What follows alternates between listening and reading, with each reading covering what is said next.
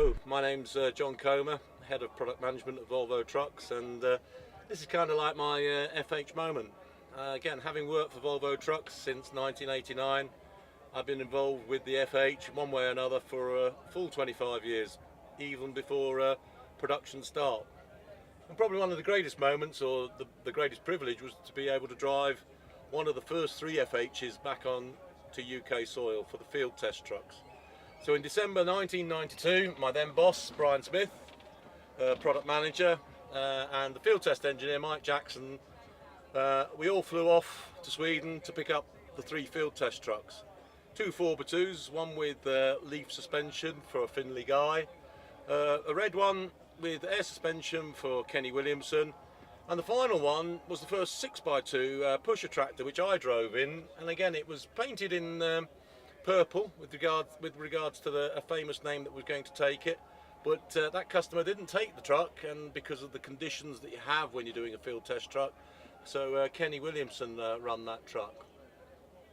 So we walked into the lab and we were kind of in awe about the shape and profile of this truck. It looks so different to the F series that went before. Really interesting to see. The trucks were all heavily disguised, and things like the Volvo oil-filled hubs, they were covered at the front with a fabric over the step ring. All the badges on the battery box and everywhere were taken off. And as I say, the vehicles were totally debadged, totally disguised, and as I say, they were designed to go into service as part of the final test leading up to the launch. Yeah, so we headed off for Gothenburg Harbour, and then we sat on a boat for around about 24 hours looking out the window at some containers in front of us. Obviously a little bit concerned that in the hold the trucks were being filmed, so we tried to cover them with the parachutes that they had in case they had an incident on the roadside. So again, if they were involved in any incident on the roadside, such as a breakdown, we had these chutes on the top where we tried to cover them. Now, if you've ever been on a ferry with a parachute with the size of a Globetrotter cab trying to cover them, then that's a very difficult thing to do, but it was all there.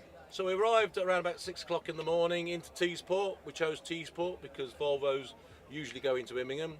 And again, we were met off the ferry by inquisitive questions, you know, like, what are these trucks?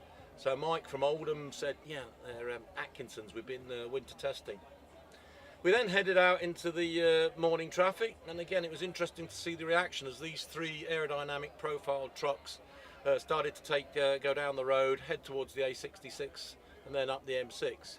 And back in those days, it was the days of the CB, so we could see the drivers talking away as we were heading northbound, going southbound, and again we saw all this rubbernecking. So we were a little bit concerned that there might be a major incident going southbound, because again, the truck with its profile was gauging such a reaction. So it was good to see that you know, the positive look from the drivers, because it was all new. So we arrived at Mr. Williamson's yard, and Kenny and his wife laid on a nice dinner, and then we locked the trucks up, ready to get them prepared for their final journey to go into service and do the final field trials of the trucks. The trucks went into service, and again, back in those days, there was no YouTube or Facebook or social network. There was no digital cameras, so again, each week we changed the number of the trucks, so it looked as though they had a fleet number on them, but it was for us to identify when they finally got into a magazine what week that photo was taken.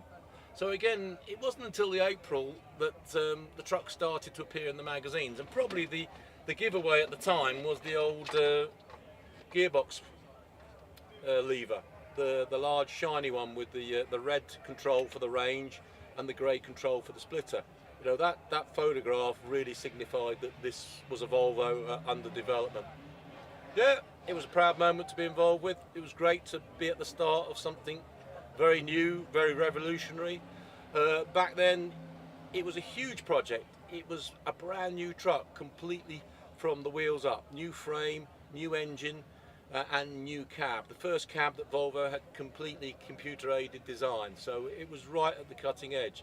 And it became the cornerstone for our truck range going forward, and it's still the cornerstone for our truck range today. So very proud to be involved with FH back then, 25 years ago, and still equally as proud to be involved with FH today, 25 years on.